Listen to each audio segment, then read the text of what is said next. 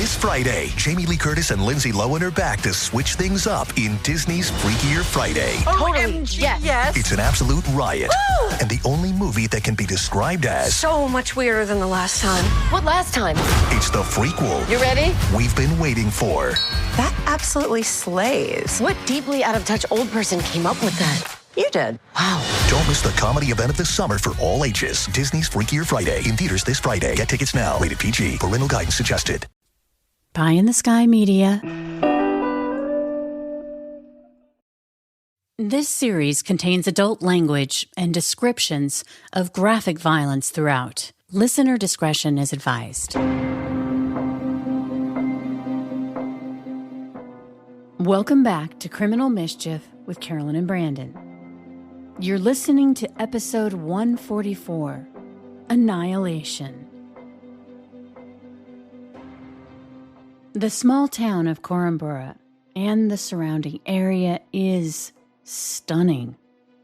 The picturesque Australian countryside is a dreamy vision of rolling green pastures and foothills. The community is made up of less than 5,000 residents, but they are tight-knit, proud of their rich history in farming. Now, the town of Leongatha is about 10 miles away from Korumburra, and that's where 48-year-old Erin Patterson lived with her 2 children on the outskirts of town in a quiet, beautiful rural area. In 2015, Erin and her husband Simon Patterson separated, but they were still able to remain friendly. So much so, they even spent vacations together, which was great because they had 2 children. But things got complicated. 7 years into their separation, they still weren't divorced. But Erin was upset when she learned that without consulting her, Simon had officially changed his marital status on his taxes from married to separated.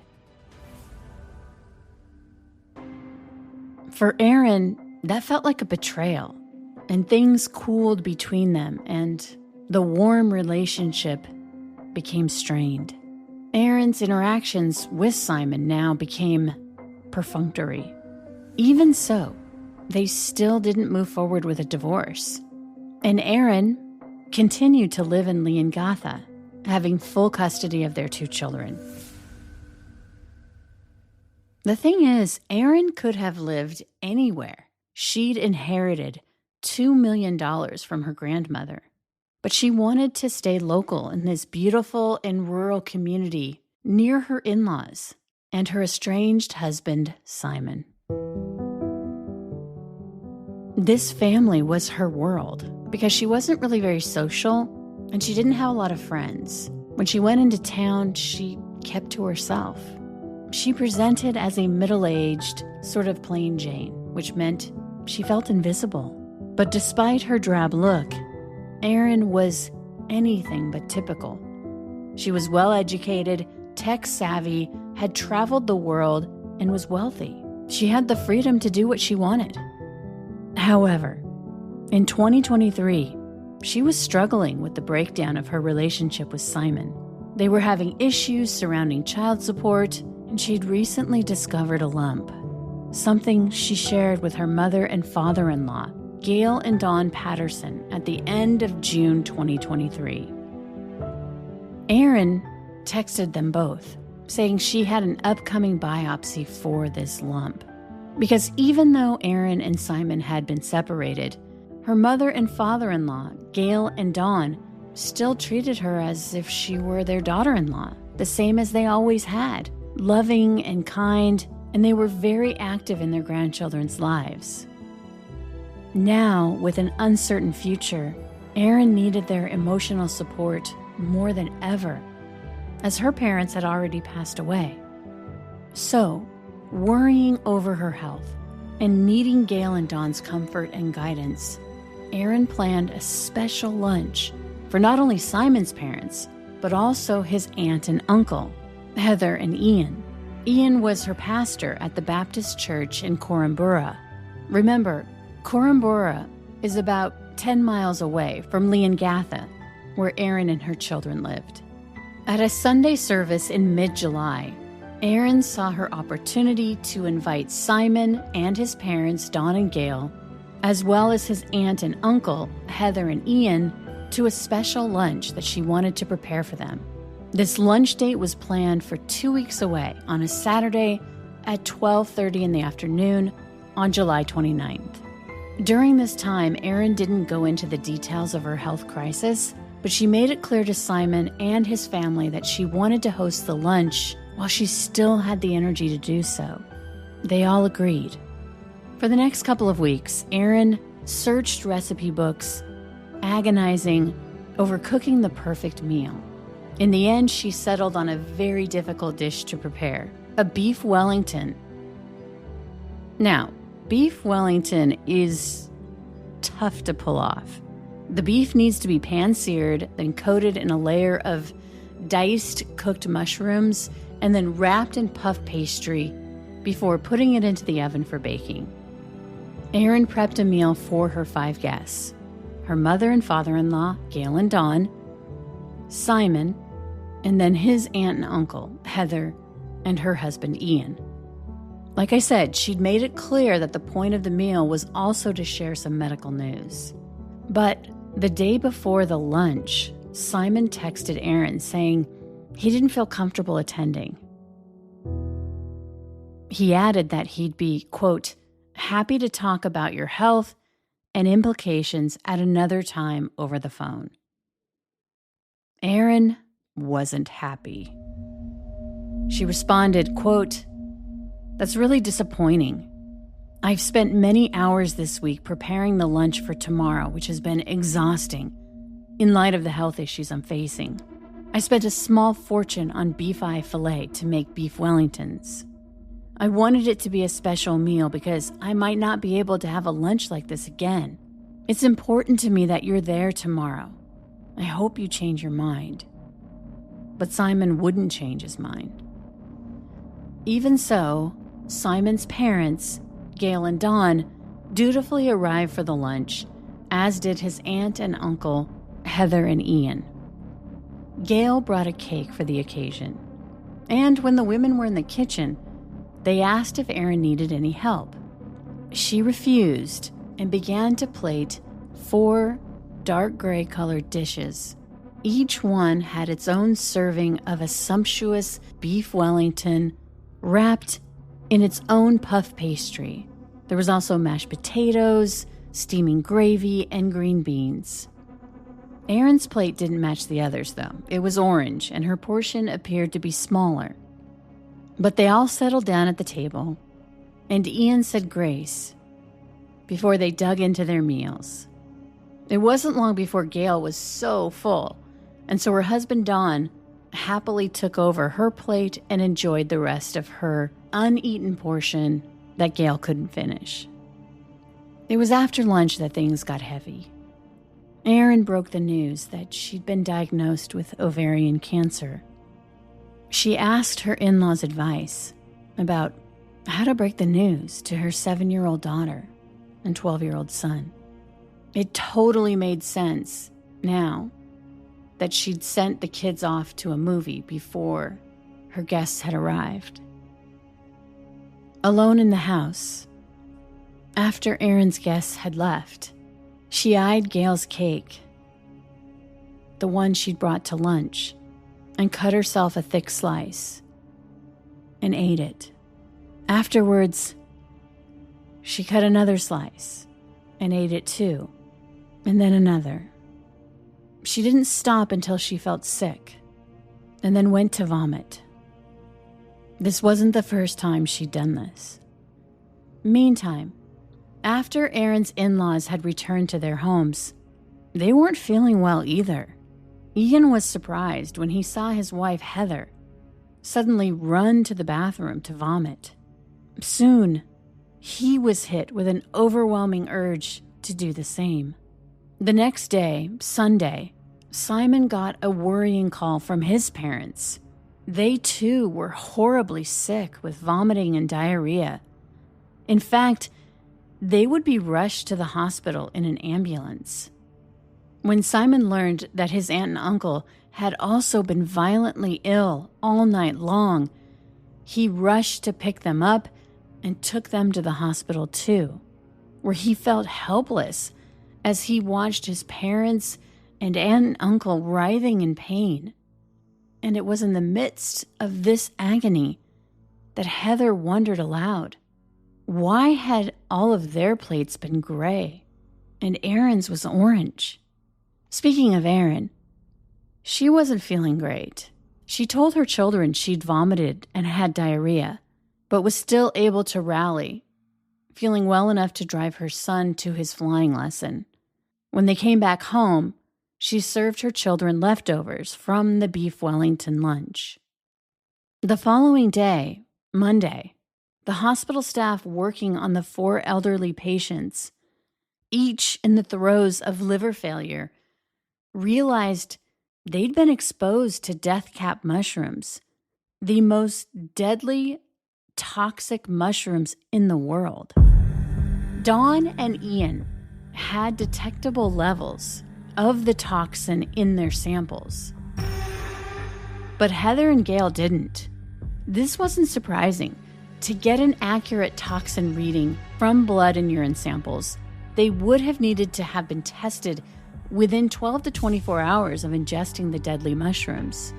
But it was clear that they all had one thing in common: Erin's beef Wellington lunch. And that Monday morning, too, Erin went to the hospital at around 8 a.m., complaining of vomiting and diarrhea. Her doctor, knowing about the other patients who'd been exposed to death cap mushrooms, he asked Erin what her name was. And when he found out that she was related to his exposed patients, he told her it was imperative that she be admitted and taken to a hospital in Melbourne for testing. But after 5 minutes, Erin attempted to leave the hospital. A doctor stopped her at the exit doors, explaining that her life was in danger, but Erin left anyway, which was very suspicious because if you find out that family members who ate the same meal were fighting for their lives in intensive care and that she'd fed her children leftovers from that same meal, and then you refuse to bring them in for treatment, and then you leave the hospital yourself after 5 minutes, it raised some red flags. Which is why the doctor who had tried to treat Erin called the police.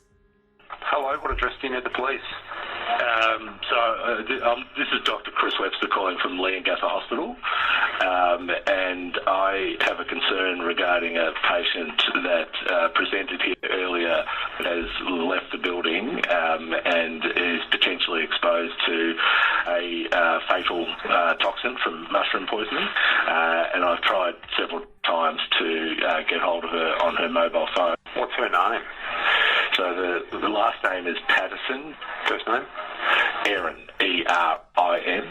He explained to the 911 operator that this was serious. The 4 other people who had eaten with her were extremely sick. Mushroom poisoning, you said?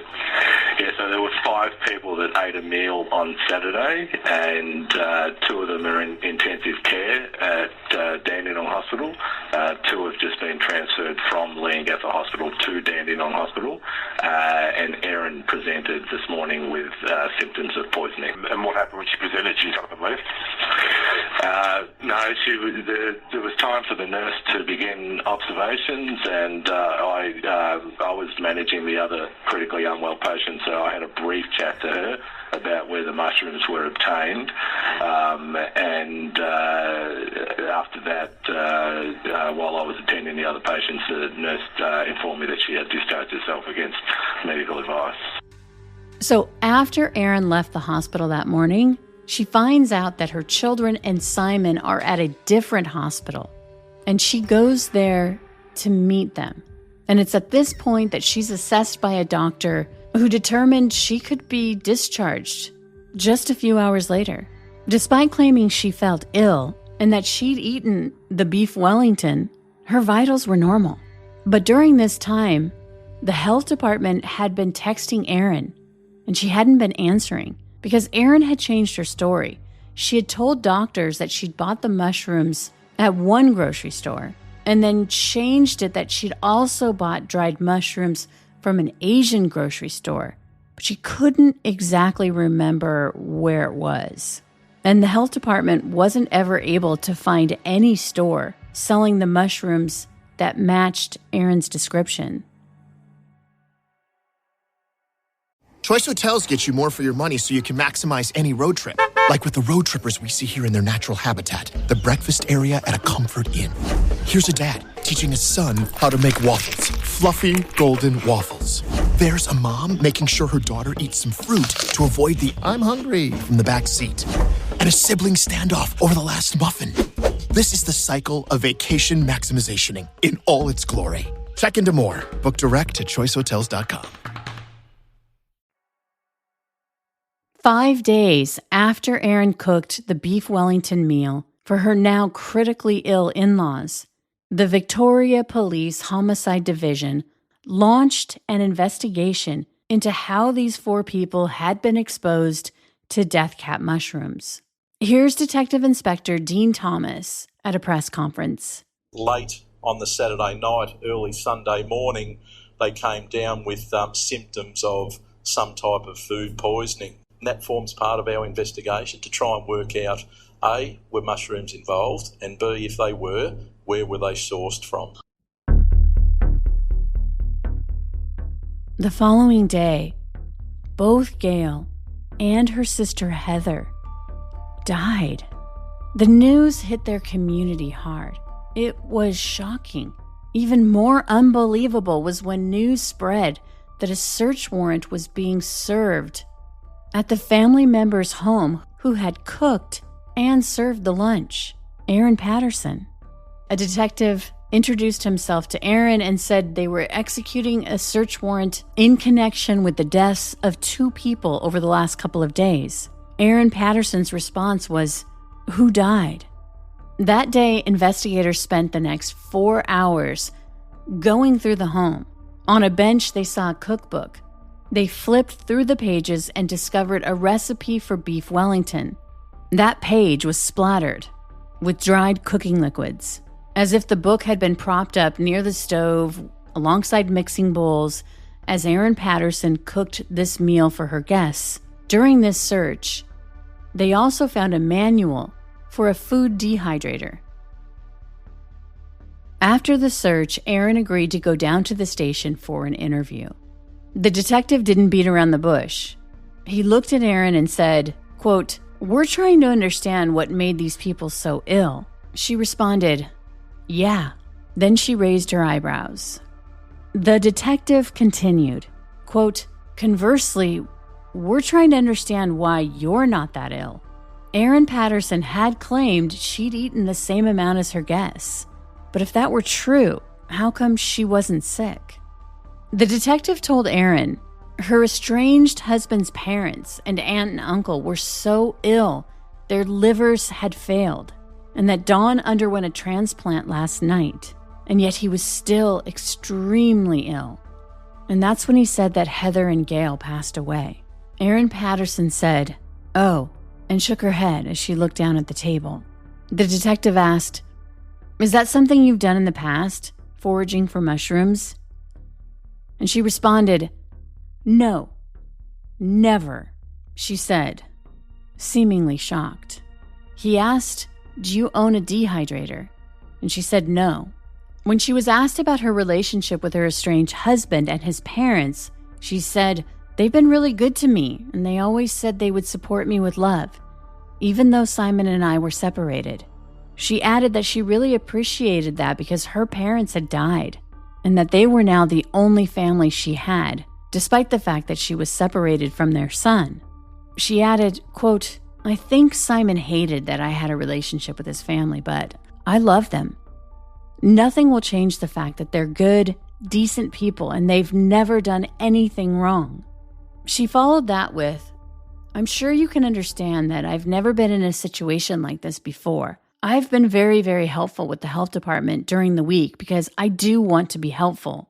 And when they questioned her about why she only stayed at the hospital for 5 minutes, She said it was because she thought she only needed a saline drip because she was really dehydrated. She also said when they told her they wanted to admit her and send her to Melbourne for further treatment, she refused because she had animals and children to take care of at home. After that interview, Erin was free to go. But later that night, Dawn also died. Now, both Simon's parents and his aunt were dead, and Ian, Heather's husband, was hanging on by a thread, waiting for a liver transplant. Meanwhile, back at Erin Patterson's home, she was met by a barrage of journalists. It's a tragedy what's happened. Can you tell us about the meal that you cooked? I'm so devastated by what's happened, by the loss of Don. Don is still in hospital, the loss of Ian and Heather and Gail. They were some of the best people that I've ever met. Gail was like... Take your time. Gail was the mum that I didn't have because my mum passed away 4 years ago.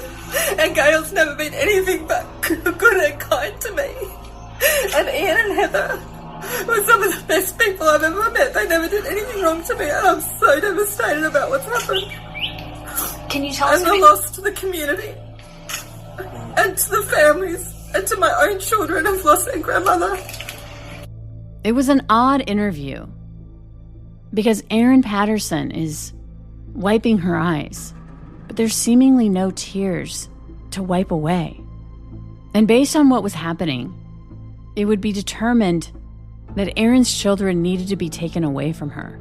Department of Family, Fairness and Housing have been involved, and as precaution, they have removed the children from her. 6 days after the lunch, the lead detective asked for a forensic search of Erin Patterson's financial records, and a specific transaction caught their attention. 3 days after the lunch, there was a receipt for a trip to the dump. CCTV footage showed Erin Patterson pull a big item from the back of her trunk and throw it away at the transfer station. When they tracked down the bin that she threw it into, they discovered it was a food dehydrator. Remember, Erin had claimed she didn't have one during that interview with police. But in a shocking development, it was reported by 9 News that Erin Patterson had sent a letter to the police changing her story. In a bombshell statement sent to homicide detectives, Erin Patterson admitted she made the lunch, but that doesn't prove she intended to harm anyone, which makes this an incredibly complex investigation with contradictions between her statement and what detectives have previously said. Erin Patterson has strongly denied any wrongdoing throughout all of this and says she is also grieving. A public memorial is being held this Thursday for Don and Gail Patterson, her ex-husband's parents, but a family representative says Erin Patterson has not confirmed if she plans to attend. Reverend Erin Wilkinson is the only sole survivor of this tragedy after his wife Heather was also killed over at the Austin. He continues his battle as he waits for a liver transplant, but hospital staff have said his condition has improved. Erin Patterson was a no-show at the memorial, where Simon spoke about his parents, who had known each other since elementary school. The couple eventually went on to have 4 children. It's amazing to look out on this huge crowd of people here to celebrate Mum and Dad's life. They would always wave goodbye, and they parted ways. It's partly because one day would be the last wave. The overtime work their team did just to let Mum visit Dad one last time before he was shipped off to ICU. That was amazing. We successfully survived an emergency liver transplant a few weeks ago, although sadly the rest of his body was already too sick to go on past that point. They were beloved by everyone who knew them. Mum and Dad were always strong pacifists. Mum's SMS notification sound was from the song War. What is it good for? Absolutely nothing. And it was no fluke that Mum's final text message on our family group chat as she lay in Dandenong Hospital was, lots of love to you all. As for the investigation, the dehydrator would have to be sent out of the country for testing at a special lab to identify if there were death cap mushroom toxins inside of that unit. This was a huge piece of evidence, so it was worth waiting for because it could go a long way to proving intent, that Erin Patterson had intentionally tried to murder her in-laws. On November 2nd, 3 months after the lunch, Erin Patterson was arrested. Erin Patterson, the woman at the centre of the mushroom poisoning mystery, has been arrested in a dramatic early morning raid on her Leongatha home. The 49-year-old is still being questioned by homicide detectives and charges are yet to be laid. Today's arrest is just the next step in what has been a complex and thorough investigation by homicide squad detectives, and one that is not yet over. After Erin Patterson was arrested, a team of forensic investigators scoured her home once again. This time, they brought technology-detecting dogs who were trained to sniff out SIM cards, phones, and memory sticks. Erin Patterson would be charged with 3 counts of murder and 1 count of attempted murder. Miraculously, Erin Patterson would survive. Her trial began in April of 2025. Erin pleaded not guilty of all charges, but more than 50 prosecution witnesses would tell a different story, that the murders were meticulously planned and executed by an embittered, calculating woman who had planned to kill all 4 in-laws, plus her estranged husband, Simon, if he wouldn't have canceled at the last minute. A toxicologist testified that there were death cap toxins found in the leftover beef Wellington meal that had been prepared by Erin Patterson, and that there were also death cap toxins found within her dehydrator. The jury was also shown that during a forensic search of a computer seized from Erin Patterson's home, someone had looked up death cap mushrooms multiple times on the iNaturalist website.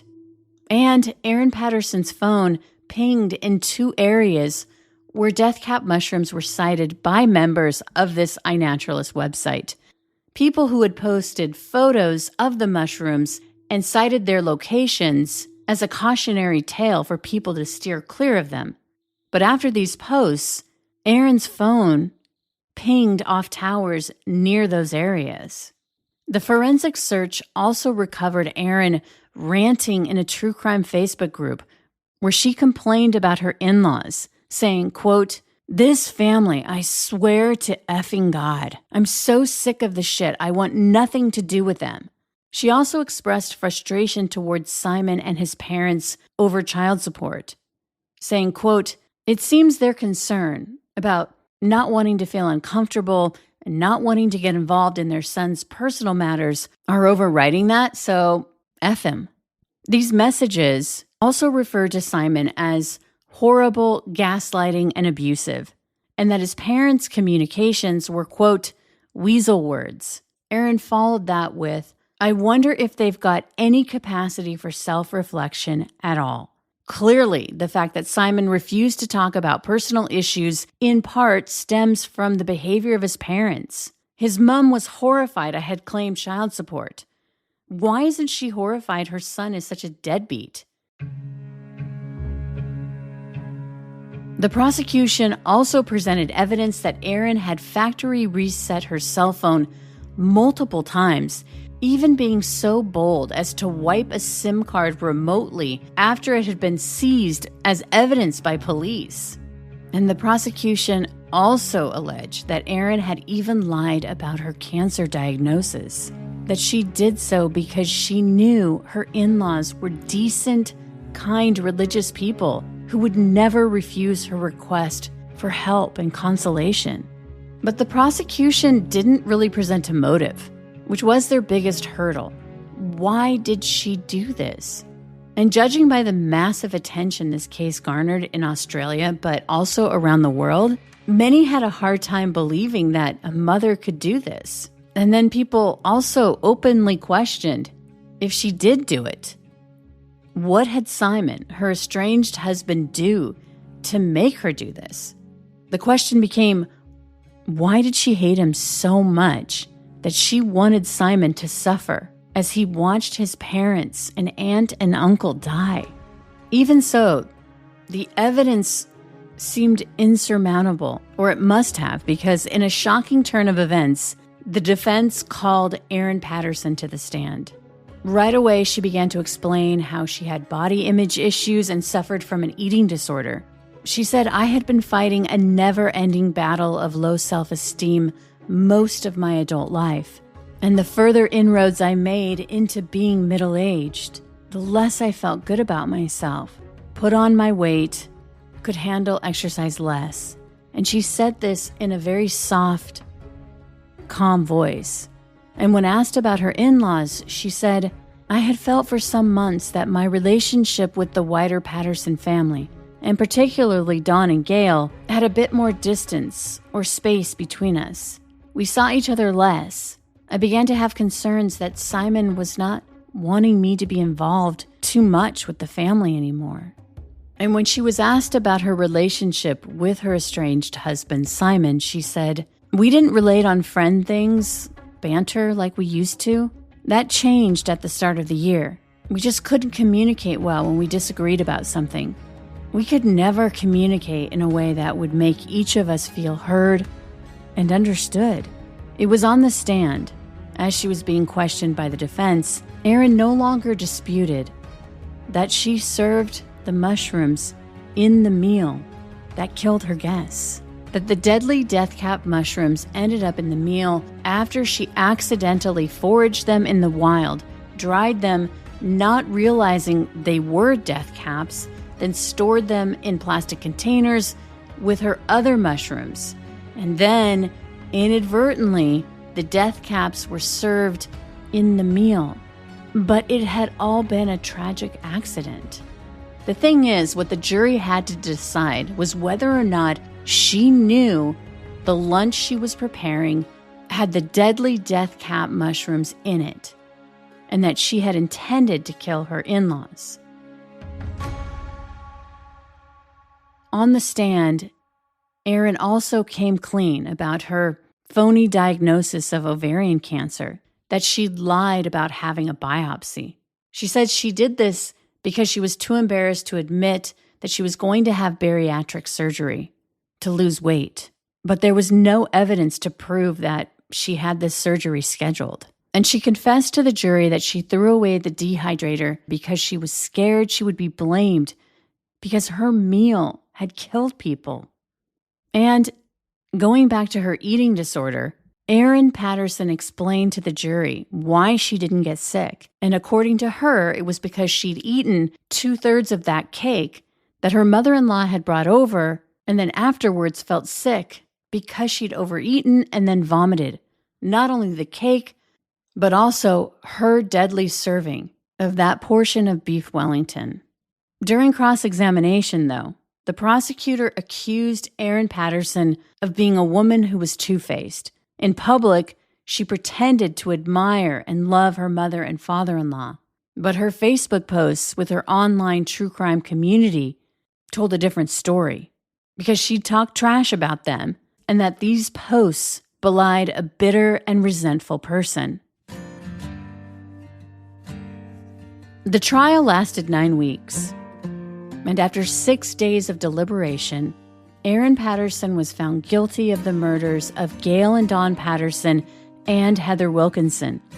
She was also found guilty of the attempted murder of Ian Wilkinson. Erin Patterson is still awaiting sentencing. Up next, Criminal Mischief bonus content. Here, my co-host Branden Morgan and I discuss the case in more detail. And as always, thanks for listening. From Pie in the Sky Media, Criminal Mischief is an EVO production, recorded live in the beautiful Pacific Northwest. We're produced by Branden Morgan and myself, music by Soundstripe. For EVO Creative, I'm Carolyn Ossorio, your writer and host.